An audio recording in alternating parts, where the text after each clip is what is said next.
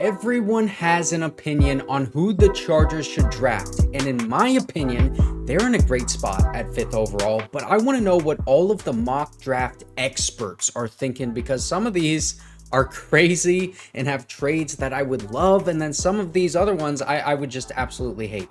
So today we are going to band together as Chargers fans and find every single mock draft and grade them based off of accuracy and how we like them. So make sure to like and subscribe if you do enjoy this content, bro. It helps me out so much.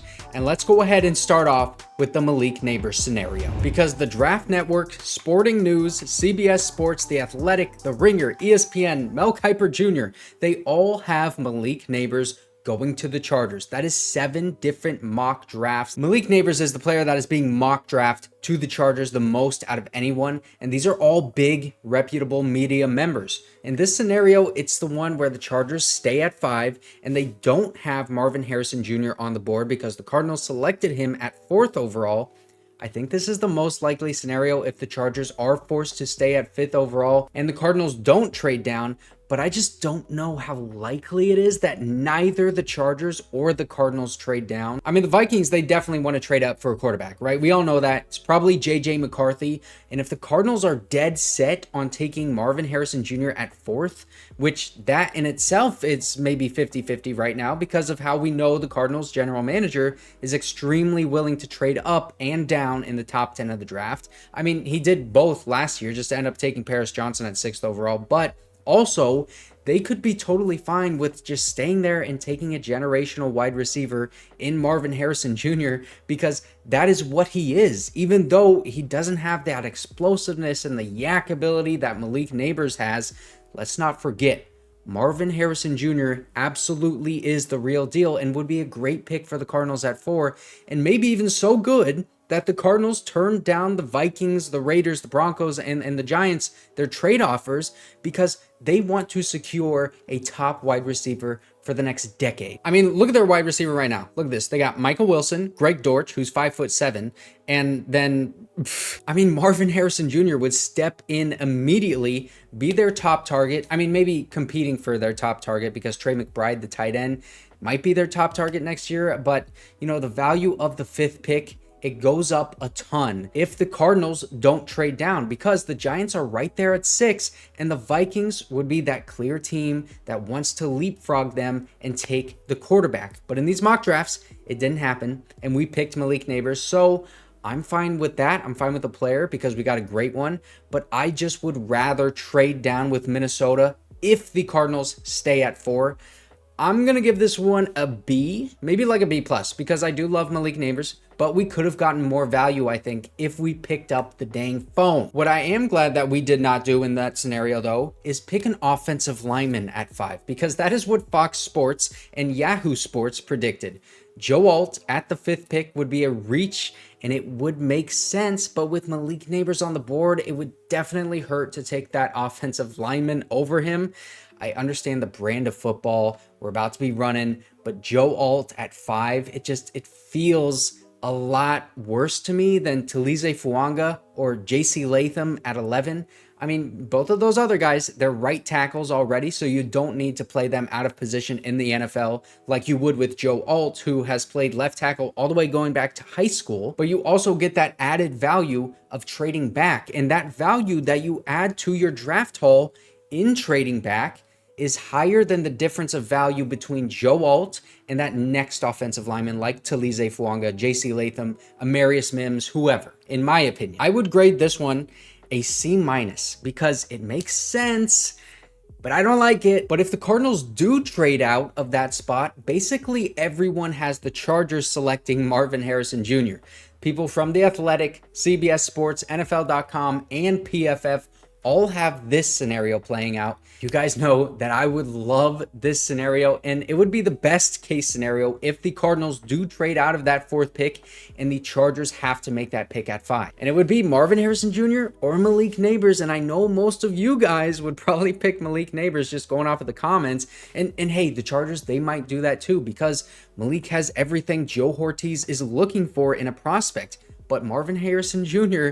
does everything correctly. I mean, he's got such a great feel for the game, his route running and finding the soft spots in zone coverage. He's good at contested catches, which we're going to need that too.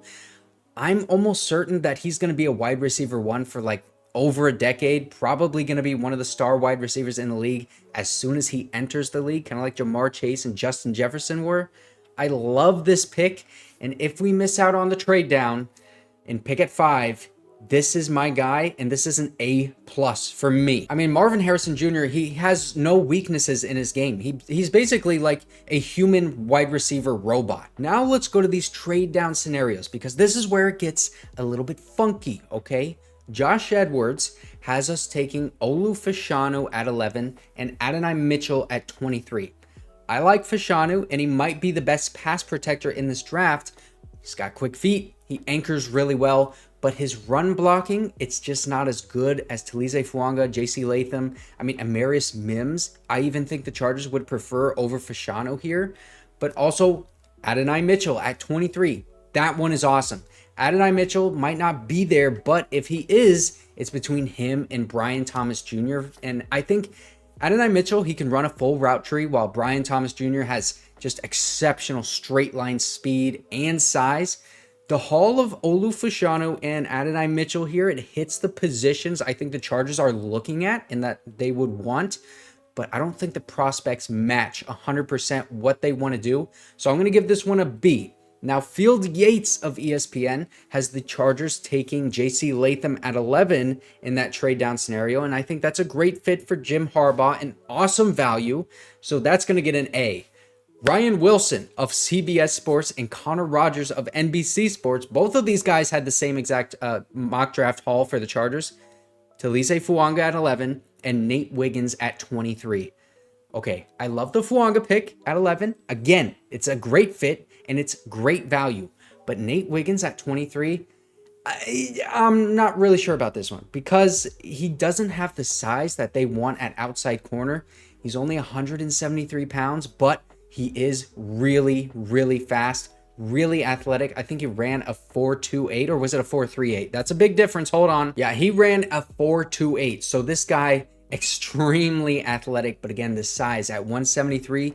Can he hold up at outside corner? You put him in this organization with Ben Herbert and Jim Harbaugh, maybe put some muscle on that frame. I think if he just even gets to like 185, 190, that would be fine to play in the NFL. But again, the corners that are under 180 and in that 170 pound range, they don't really have a good track record of sustaining play in the NFL. And also Nate Wiggins in run defense, it's because he's so small, but he's really not good in run defense. And sometimes he gets pushed around by bigger wide receivers. Again, it's the size. And if I had to grade this one with the haul, Taliese Fuaga and Nate Wiggins, I do like it, and I would give it a B+.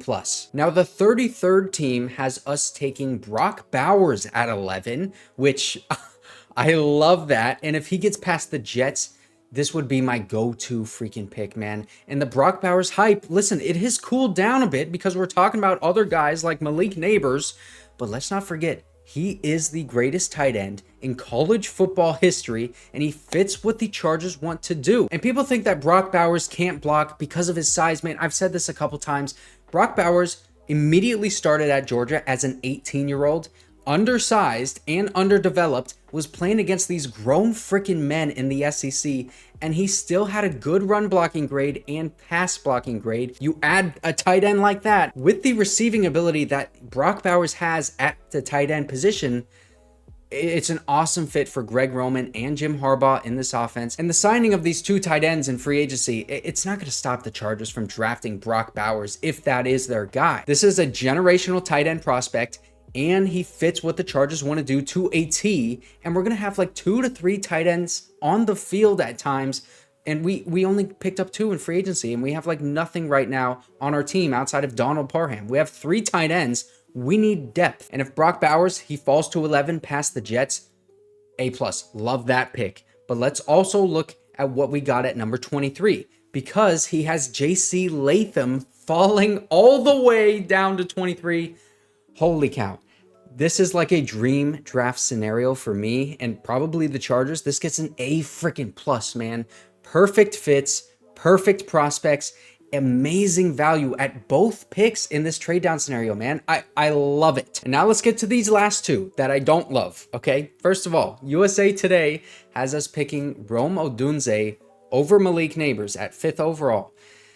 Yeah, this would be disappointing because if we don't trade down and Marvin Harrison Jr. is off the board, I would rather take Joe Alt probably over Rome Odunze, just because, I mean, in this scenario, we would always remember this draft as the Chargers passing on Malik Nabers and taking Rome Odunze over him.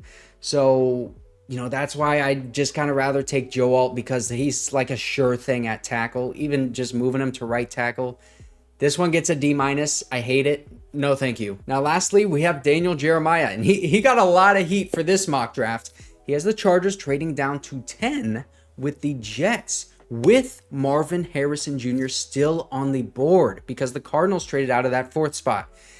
He has them taking Taliese Fuaga at 10. Love the player. That's totally fine. I like that pick.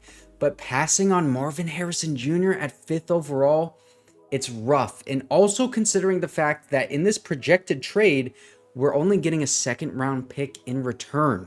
Okay, so is the difference between Taliese Fuaga and Marvin Harrison Jr. only a 2nd round pick? You know, it depends on who that 2nd round pick is, I guess, but I just don't think it is. I think the value of Marvin Harrison Jr., even like Malik Nabers, it's higher than taking Fuaga and getting that 2nd rounder. I like the player, and I like the trade down, but I don't like the compensation that we get in regards to who was on the board at that time. I'd give this one like a C-. Now, if you did not see my video yesterday, I talked all about what you need to know because Joe Hortiz and Sanjay Lal, the Chargers wide receiver coach, went to the LSU Pro Day.